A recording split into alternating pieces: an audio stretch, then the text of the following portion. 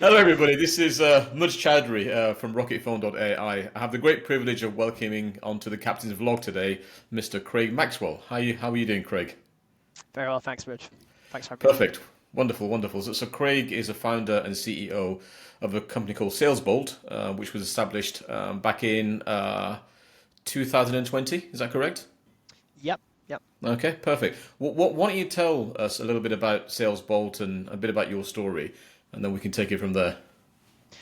So, as I'm sure most people listening to this and yourself will be aware, if you ask a salesperson or recruiter their favorite part about the CRM, it's probably not going to be entering data and updating records. As a result, it Right. never happens. So, we've created two products. One, which is a Chrome extension for the user themselves, so they can actually do the bits of their job that they need to do to be successful whilst they're working outside of the CRM, making that data entry and updating easier. But because we know only certain percentage of power users will adopt a tool like that, we also have another app in the App Exchange, which is made for admins to bulk and mass update data on a regular periodic basis. Yeah. So this is all about enriching contact data, lead data, that sort of thing, right? Yeah, so user productivity on one side of it, which is mainly what the user is kind of striving for to get out of the CRM without having to work in different sporadic areas. Yeah. And the other part is really, if you've got outdated data in your CRM, it's useless for marketing. And Correct. we all know your best leads are the leads that already know your product and have bought your product previously. So therefore, looking at people that have changed from one company to another, power users, champions, Yeah. executive decision makers, re-engaging that dead cohort in the database and creating new opportunities out of them Yeah. gives Yeah. you Yeah. a much higher rate of conversion. And of course, it's money on the table for most companies. Yeah, I mean, I remember when I was at Salesforce.com. I mean, I had people that were working that were reporting to me, and we had a couple of like serious challenges. Even though we owned the product, even us as Salesforce.com employees were challenged very heavily with data quality. So it was really hard to run a campaign and know that that campaign was going to hit the right contacts because our phone numbers, our email addresses. So what happens over time is that sales guys, account execs, they kind of come and go. And every time somebody touches an account or a contact, they end up adding their own bits of information. And then it's very hard to keep that stuff clean and sanitized. So that was one big challenge that we had. And the other issue that we had, I think, most users of CRM systems have this, which is around sort of adoption or people adopt CRM systems, but like good adoption and kind of good practice. And because of I would argue that a lot of our guys were very good at using the system, but some folks they would, push all their admin and all their updates back to Friday afternoon, and we called it Salesforce Fridays, and they'd open up the CRM system, hack away at it, and they'd enter information. And the way I see Salesbolt is it's a system that helps with adoption, and it helps you to get more out of that CRM platform, right? Absolutely. Yeah. And what sort of organizations use the product, and what sort of teams and departments? So we're primarily split across mostly B2B SaaS. And Yeah. in terms of that um, cohort, it's really looking like SDRs, account Yeah. execs, using our Chrome extension. And then from the data administration piece, it's usually RevOps, Salesforce administrators, people looking after the data estate, essentially, in the more enterprise space. Then we have another cohort, which is recruitment companies who really get value from the product because they're the heaviest CRM users, arguably, using it as an applicant tracking system. Of course, the candidates that they're adding, the people they're updating, are the product they're reselling to Okay. their end clients. So it's super important for those guys to keep that flow going and keep the adoption of the ATS Yeah. high, which is why we work Yeah. well with Yeah. recruitment. We have a much higher saturation rate in recruitment orgs for that reason per user per org, because if you have a recruitment org with 100 users, 100 people are doing recruiting, touching the ATS. Whereas if you have a SaaS business with 100 Salesforce seats, usually 25% of those could be in the sales team across account management functions and Okay. top of funnel. That's really good. It's kind of interesting that a lot of the at least in the Salesforce ecosystem, the Salesforce ISV companies, they kind of started out as these App Exchange modules that you can sort of dump into your Salesforce org, and configure, then you fire it up, and it transforms some aspect of your Salesforce.com instance. You're a little bit different, aren't you? Because I think you started your products, I should say, started life as a Chrome extension, and that's kind of where you got your traction, if I'm correct. And that's a very interesting way of getting into this ecosystem. Can you tell us a bit about that? Yeah, so it was partially accidental and partially just an organic progression from where it all started. So originally, and just going back to touch on my career a little bit as well, I was a SDR at various different SaaS companies, then moved into management roles where I was tasked with looking after a bit more of a RevOps kind of management role. So I found that a lot of the team I was working with, newly hired SDRs, would have been manually collating data from different sources and then just kind of throwing it into a spreadsheet at the end of the day. And that spreadsheet contained duplicate records that the people sitting across them already worked on. It was just very inefficient, and nobody was, of course, checking the CRM, which is one of the things that I was tasked on optimizing as part of my role. So I started to build the easiest tool I could build to kind of correct that behavior in the team, which was a quick search whilst they're viewing a record on any data source to check the CRM, and just to remove that barrier for them to use what we already have and utilize the database. So that was a Chrome extension, quick prototype that I had spun up by a few offshore developers, and we just use that internally. So it's technically a Salesforce connected app, not a native app. And from there, obviously the drive to build new additional functionality into that tool led to me wanting to create an app exchange application to get further into the org without having to hit API limits, which any connected app would obviously face. So if I speak as a founder, I think we went down the traditional route, right? So we had this amazing idea, rocketphone.ai. We're going to transform the face of telephony, for Salesforce users. And the way for us to do that was to go off and raise a few $1 million, at the outset, and then invest that into sort of upfront R&D, build, development, test, to the point where we have the platform, and that took us a couple of years to build, and then go out to market and start selling that. And sort of the common notion is that this is what you have to do. You have to go out and raise a ton of money. You have to build out the best possible team you can possibly build out, and then put those guys to work, right? But that's not what you did, is it? I think you came at this very, very differently. Yeah, I guess I came at it the only way I knew how, which was just little by little throwing a prototype out there. And by the time I could use it internally within the company I was working for, I'd already published a website with a link to download it from the web store. Even before we had a billing system, I was listing it as a paid-for app. Mm-hmm. And a few people just paid for it, assuming that they originally had to pay for it without actually hitting any deadlock. So if you were those first customers, sorry, and thank you. But that was how I got started, really. And that was like, okay, now we really need to put a pay gate in place. But I was just reinvesting the initial customer number one funds to build and enhance on piece by piece. Wow, this is brilliant, because I'm about to ask you a question, which is that you were established in 2020, and we're just a few years down the line now. What's your MRR right now? We're currently at 350 ARR, so we're just breaking that point, but we'll be at 500 by the end of the year, start of next year. That's absolutely phenomenal, because tell us a bit about the structure of the business in terms of tell me how many engineers you started with and how many you have now, and and tell us a bit about your background. I mean, how much of an engineer are you versus sort of other functions that are required to sort of build a business?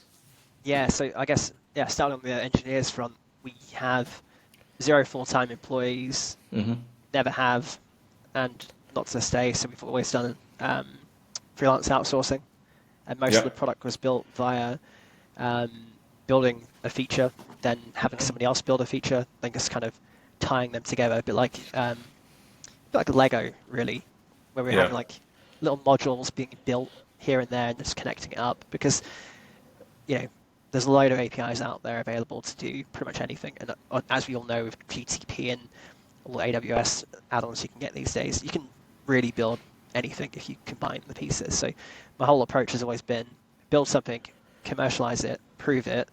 If that works, add on to it, and test those individual pieces in isolation. Like, can that be applicable as a feature of this product? Can I build that without disrupting the current core? And then can I integrate it in? So that was really the approach that I took to growing it. And in terms of my background, engineering-wise, no engineering background, just pure B2B outbound sales. Have you ever built a product before this one? Uh, no, I tried using some no-code, low-code solutions, and I tried learning Yeah. Yeah. JavaScript and React, but it got to a point where I could make like a Hello World plugin to do this and that, but I figured if I want to accelerate this, I should start reinvesting some money that I'm earning through work. And then my main focus was then getting a high enough base salary to live, so I could use my commission to just invest into, instead of making it my fund, making it my investment fund for growing a startup. So if I get if I get this straight, you started the company just shy of 3 years ago, with no investment, right? Just yourself. So no employed engineers, developers, or any other roles for that matter. And you're touching, or you're going to be touching 500k ARR over the coming months in just 3 years. Because by doing that, I would say you've achieved more than most very well-funded startup software companies ever hope to achieve. So that's absolutely, I realize that. That's absolutely amazing. That's a phenomenal achievement, Craig. You should be really proud, and I'm really impressed. Actually, that's absolutely phenomenal. So what's the plan going forward then, with Salesbolt, and how do you see it evolving? So I think, at the moment, it's very sort of geared towards Salesforce, and you're looking at expanding into other CRM platforms, perhaps.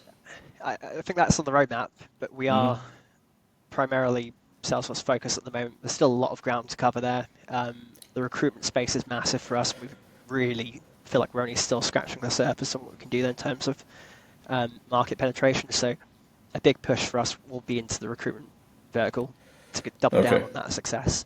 And then outside of that, I still think there's room to grow with the Salesforce ecosystem as it stands. Yeah. But of course, we do want to decouple slightly so we can leverage the rest of the players out there.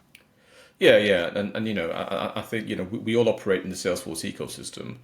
But we've got to be sort of like, pragmatic about who we're selling to. We have a lot of inbound inquiries coming in from companies that use HubSpot and other platforms. And I'm also quite transparent about it with my Salesforce colleagues. It's like, we proactively go out to build for Salesforce. But our platform is quite capable of supporting other CRM platforms. And if they come to us, then, we're most of the time we're quite happy to offer a solution to them.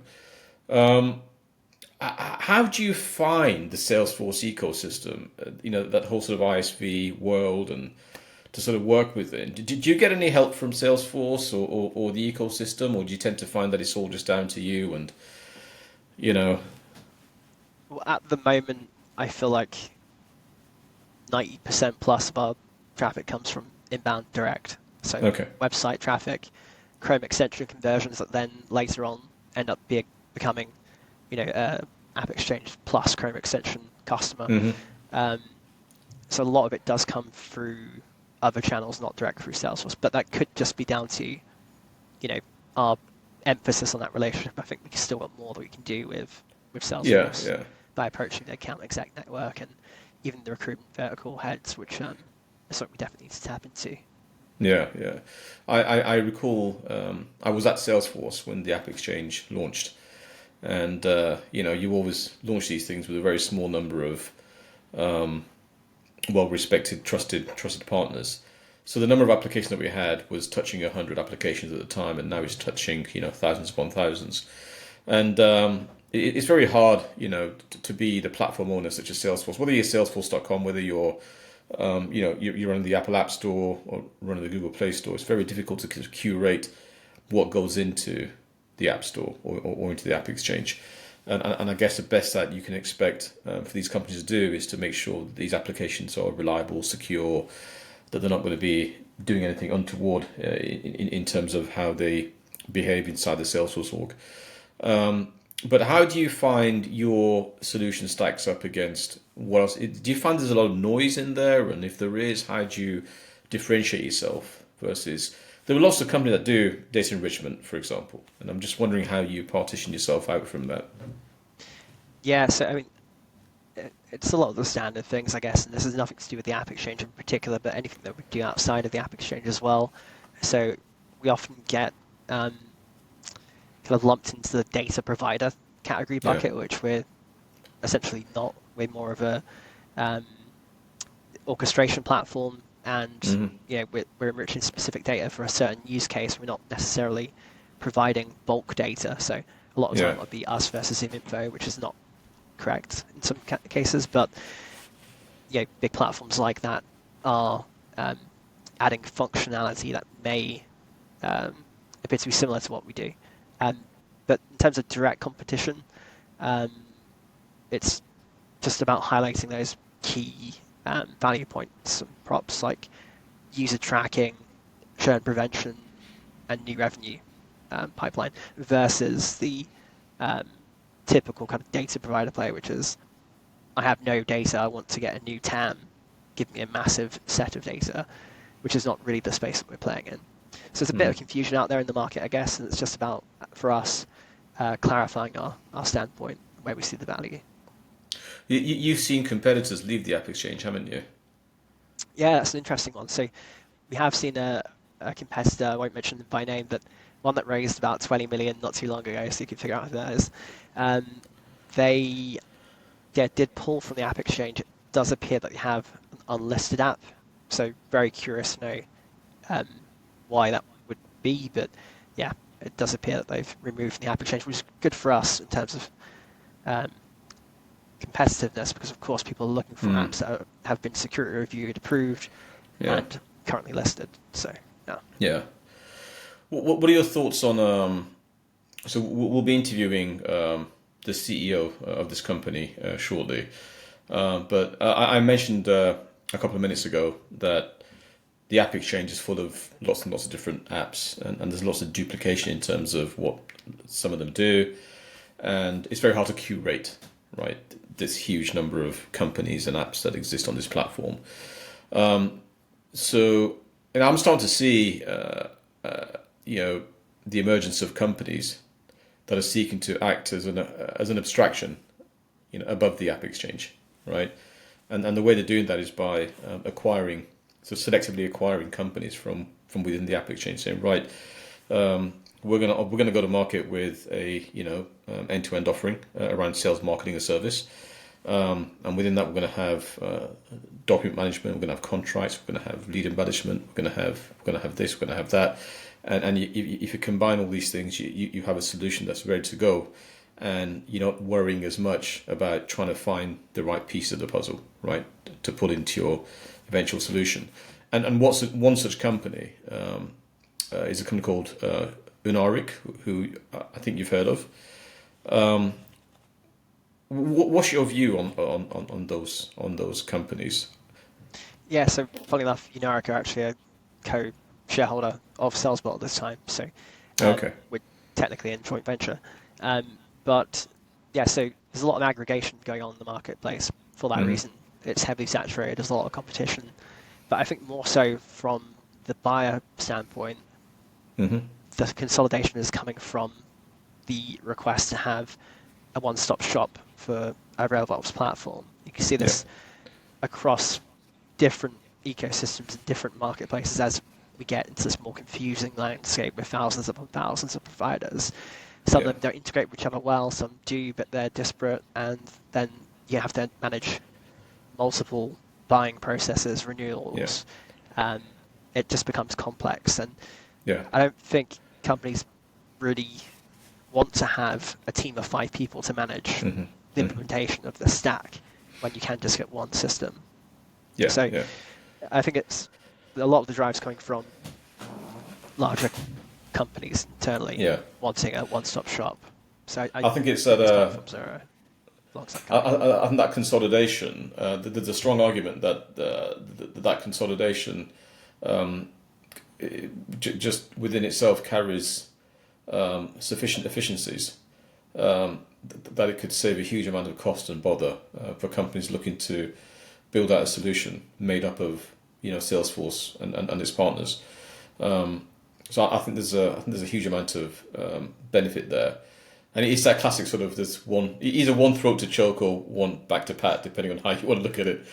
Yeah, and of course from both an internal standpoint and an external customer-facing standpoint, it offers the ability for mutual fit cross-sell, an upsell where you may have perhaps one company with a solution which may require some add-on functionality which isn't feasible for that individual ISV to develop on their own, but may already exist in that ecosystem. So exactly, it's going to definitely bring those things together a bit more cohesively. Okay.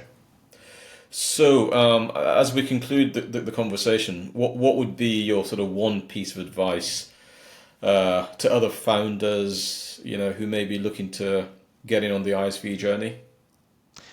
Start lean, develop small, and make everything like a little experiment. Like, you don't need to go full bore and build the entire suite before you go to market. I think you can just do mini experiments, prove piece by piece, whether that's an ISV app or a Chrome extension. You can build, off platforms to do a POC. So keep experimenting. I think teams should continue to have this R&D function to experiment and grow as they're progressing, even if you have raised funds, because that's really your most competitive advantage to any startup. I mean, I think it's spot on. I mean, if you're in my humble opinion, if you're in the tech space, people sort of say to you like, oh, what business are you in? And you might say, oh, I'm in the customer service software business, or I'm in the data enrichment business, or I'm in, you're not really. If you're a tech company, you're in the innovation business. So whatever you're taking to market has to, it's got to stand like head and shoulders above whoever the incumbents are in terms of what it can deliver to the market and the amount of impact and change that it can have. And if you don't have that, then you probably don't have a business. And I'm totally with you. To me, the innovation cycle, that wheel should be spinning as quickly as possible. So exactly as you say, I completely share that philosophy of like, try it, validate it, see if it works, see if it doesn't, fail really fast, move on to the next thing, and just keep doing that. Keep the hamster wheel turning, and hopefully you're spinning out usable innovations that you can then sort of push into your product. So at the start of this conversation, I did say that there'd be a very interesting special offer that you're going to share with everybody at the end of the call. So would you mind sharing that, please, Craig? Absolutely. So every user, as always, gets a free version of the Chrome extension, which is fairly limited, but anyone who clicks on the link down below in the description will get a 30-day free trial of our unlimited Pro functionality. That's absolutely awesome. Thank you so much, Craig. Good luck with the business. It's doing remarkably well. You should be very proud of yourself. I'm seriously impressed. So it was absolutely wonderful learning about your journey, your experiences, and I wish all the best for Salesbolt and your team. Excellent. Thank you very much. Appreciate it. Cheers.